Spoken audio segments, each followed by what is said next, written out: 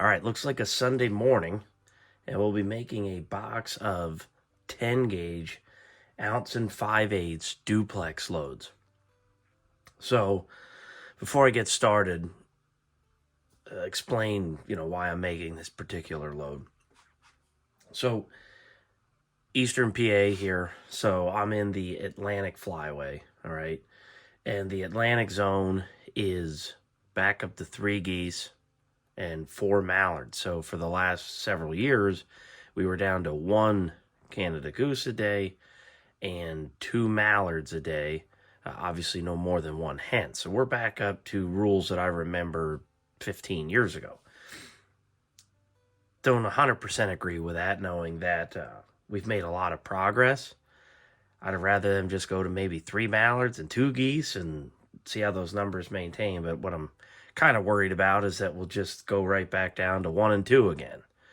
So I guess we'll see how that goes.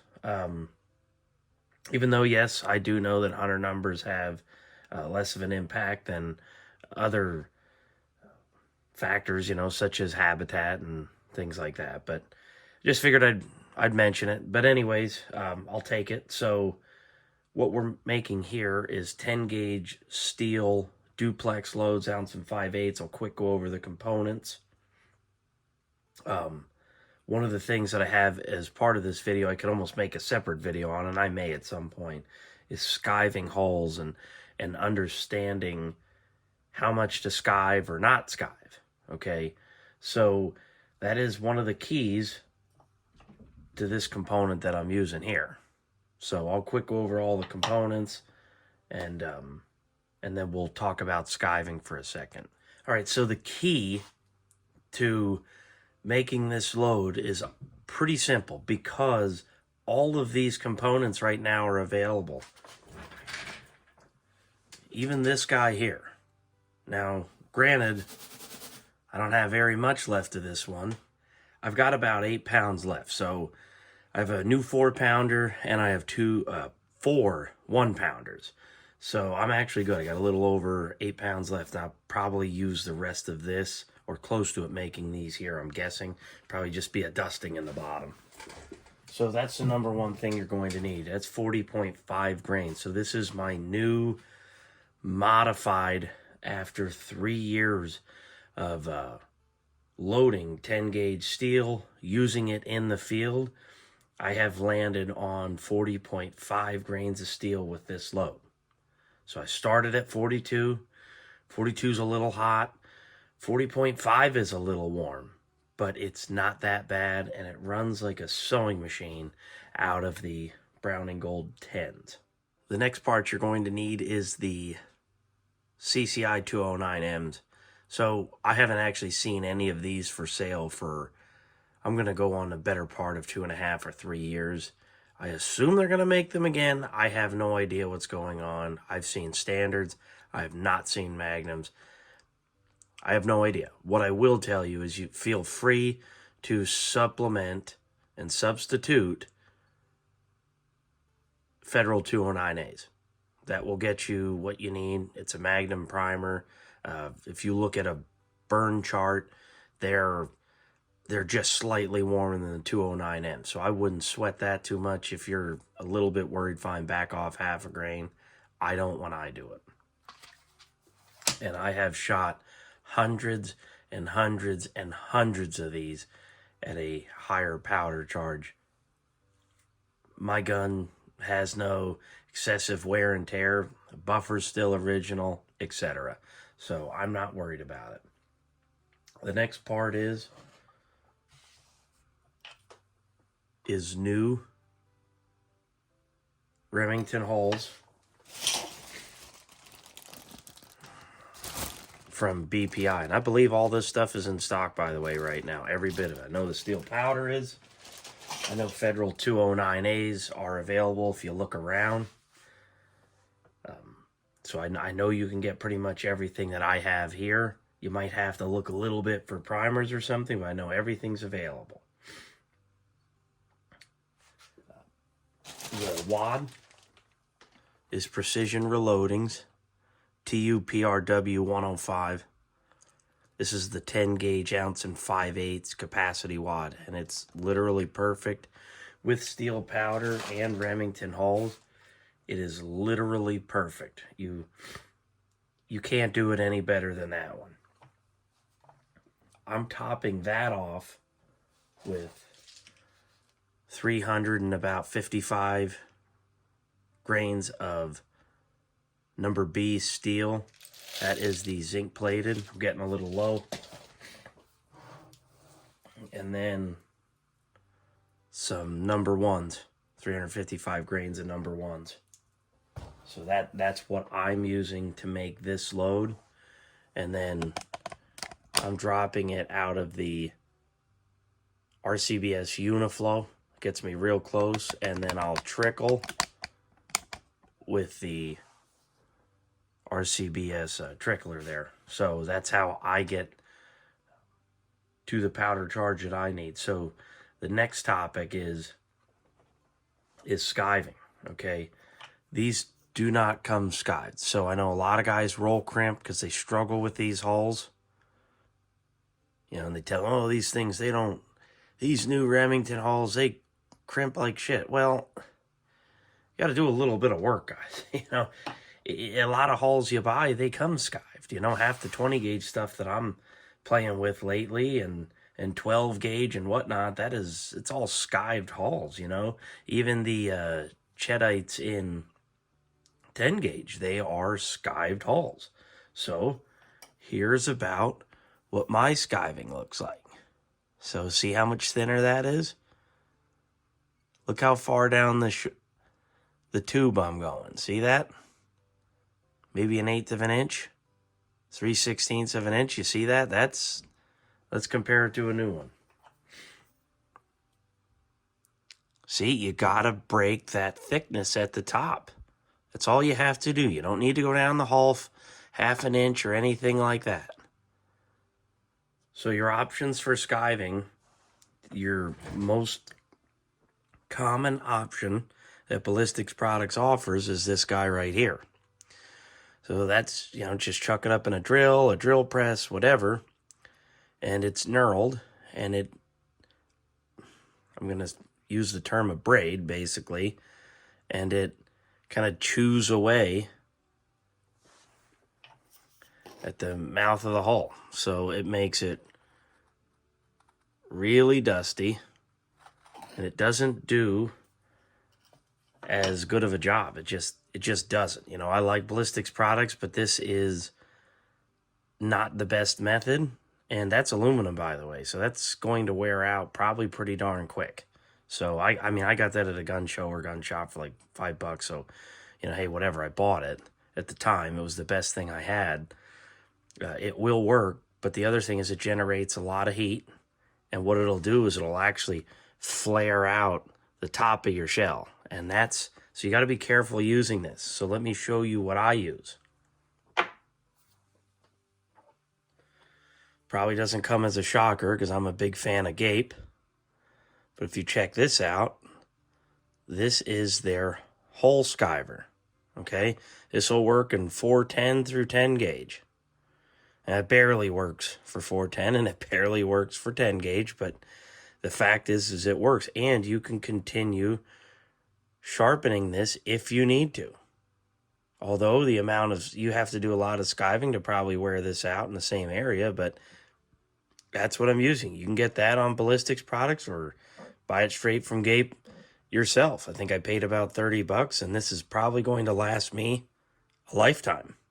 So we'll go over to the drill press, and I'll show you how I do it, and I'll tell you the RPMs that I'm using to do this. So we have the Gape hull skiver in the drill press, and we've got our brand new Remington hull. So like I said, there's the thickness. I'll show you how I use this real quick. I do this all by hand.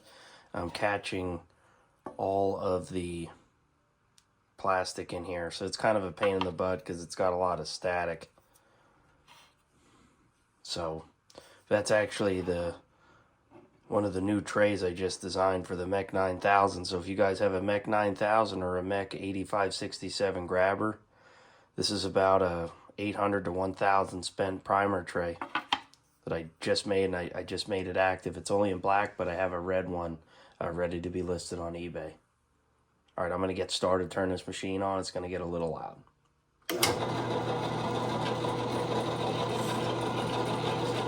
I'm running 340 RPMs.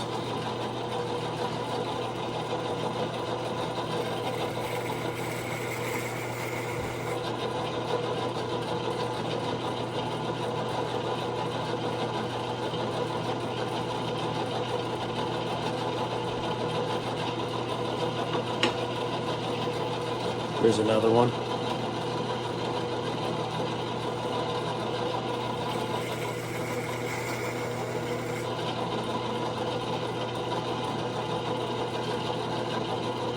Makes simple work of skiving new hulls.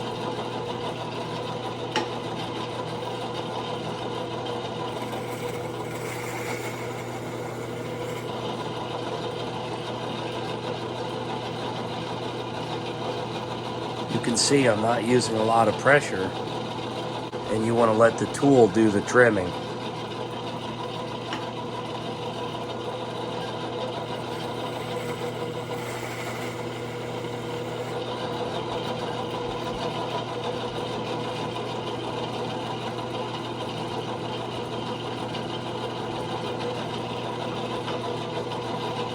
All right, last one. I did 20 of these before I started.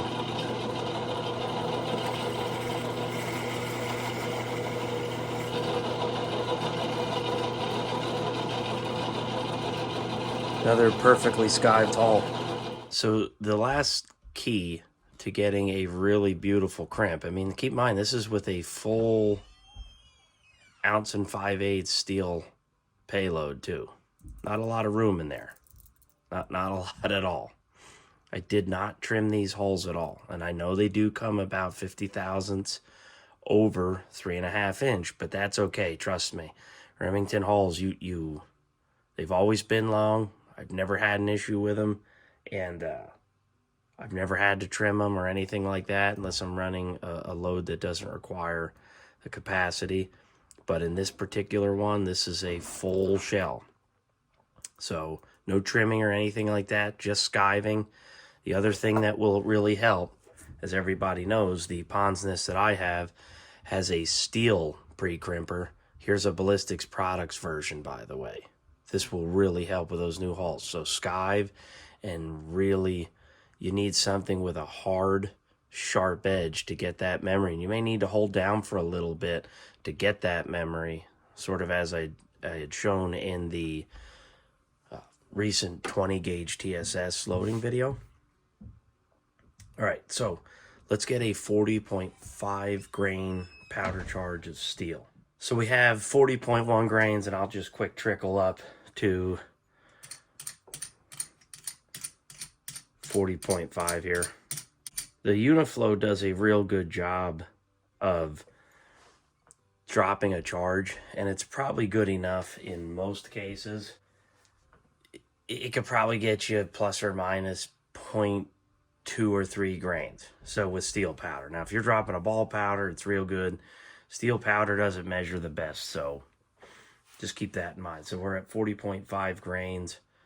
And next we got to go over to the machine. All right, so we're going to insert a shell, and we're going to add a CCI 209M primer. Like I said, feel free to use Federal 209As if that's what you got. So generally speaking, I just kind of push down, drop my primer in there. And this is how we load new shells in the PW, and you can tell it barely fits.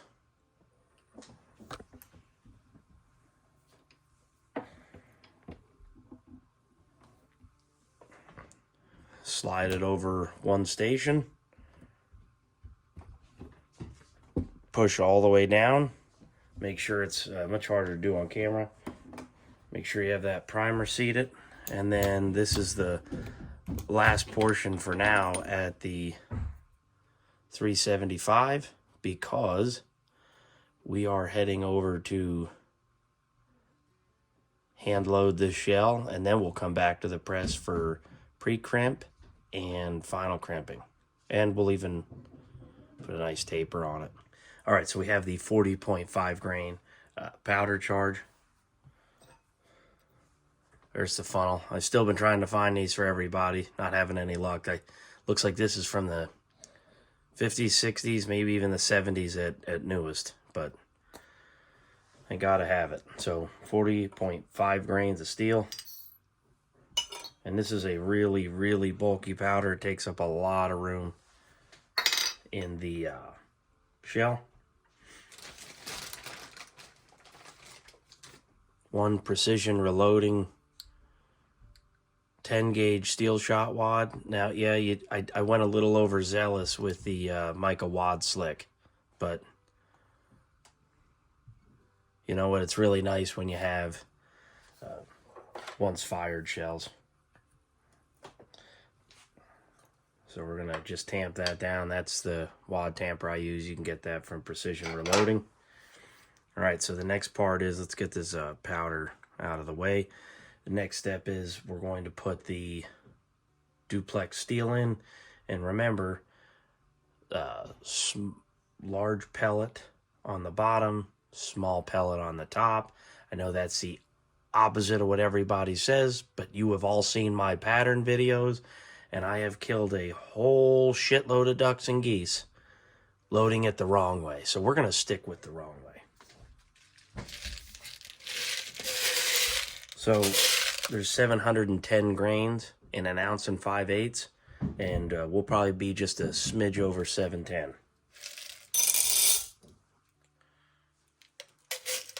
All right, that's 379. I'm going to take a couple pellets out. So we have 358 grains here of the B size shot. And these are pretty big pellets.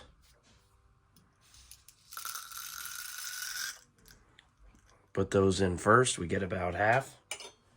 And then we move on to the number 1 zinc plated. So that's 357. So we'll be about 715 grain charge. Put the ones on top.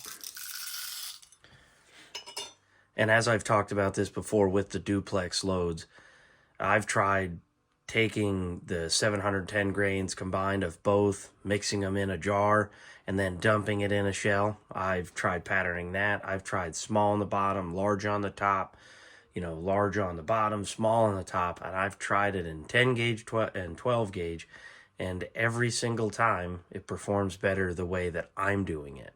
But I'm also looking for 40-yard patterns because my average shot is, say, 30 to 40 yards on average. A lot. I can get them tighter, but I also sometimes have shots at that 45, 50 yards, especially when I'm hunting open water. So this is where I ended up, and this is what's working for me, and it works real good. And I think sometimes people will listen or read something on the internet and then they just regurgitate it as gospel for the rest of their life. So I'm not just saying it, guys. I'm physically doing it. So keep that in mind, right? And the other thing is, I think it's worth taking a look at is you go on Surviving Duck Season, and this guy spent I don't know how much money and how much time shooting different chokes, different ammunition types, and whatnot. Blended shots, TSS, steel, bismuth, with a really slow motion camera that you can literally watch the pellets coming out of the barrel at real slow motion and watching everything unfold, and he's looking at shot string length, etc., etc. I guess what I'm trying to say is spend some time watching that type of footage versus reading what some expert has to say. See, I'm not an expert. I don't claim to be one. I'm just strictly going by what works for me and what I've done. So you could see this is pretty darn full. So sometimes I got to tap it on the bench, make sure I can get all those pellets in there. So let's head over to the 375 and let's get this hole closed up. All right, so we're going to get this hole closed up, and man, I'll tell you, if loading a 10 gauge was kind of a pain in the butt in the past, ever since I've been loading on this Pondsness Warren, this is the one area where I'd say, if you're really passionate about 10 gauge like I am, I'm not saying you need to go and buy a brand new machine, but this thing just makes loading these big mammoth shells almost effortless. It doesn't matter if it's new or fired hulls. It's just awesome. It does a amazing job. And keep in mind, I have an old press. I did an unboxing of this. I think it's almost 50 years old at this point. I believe it was 76 or something was the date on the box. So we're approaching 50 years old, and this thing makes one hell of a shell yet. So let's go up to the pre-crimp.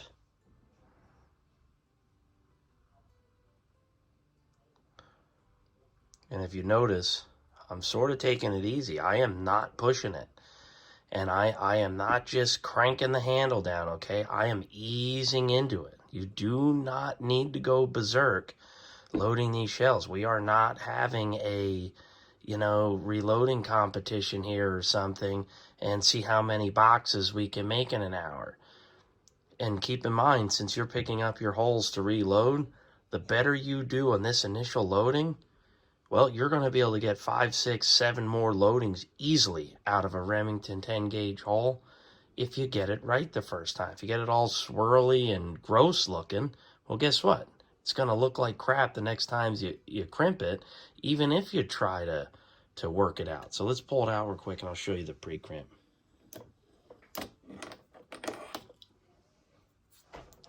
There's my pre-crimp. It's on a brand spanking new shell. And it's because if you look how those creases come together. Well, guess what? That's right where you skived it. You need to get rid of that little extra bit of plastic so that those folds can come together. It's just that simple. All right, let's do the final crimp here, all right? So this I usually kind of ease in. I close up the hole. And if you want to do a second one for good measure, feel free. On a PW, it's usually not required, but let's show you what it looks like in the die. So we're going to pop it out, and we are going to do a taper on it.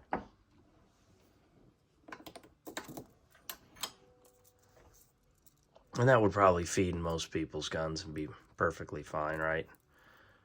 But that's all right. We're going to put a taper on it. This machine's equipped with it, so why not use it? So that's that last station right over here.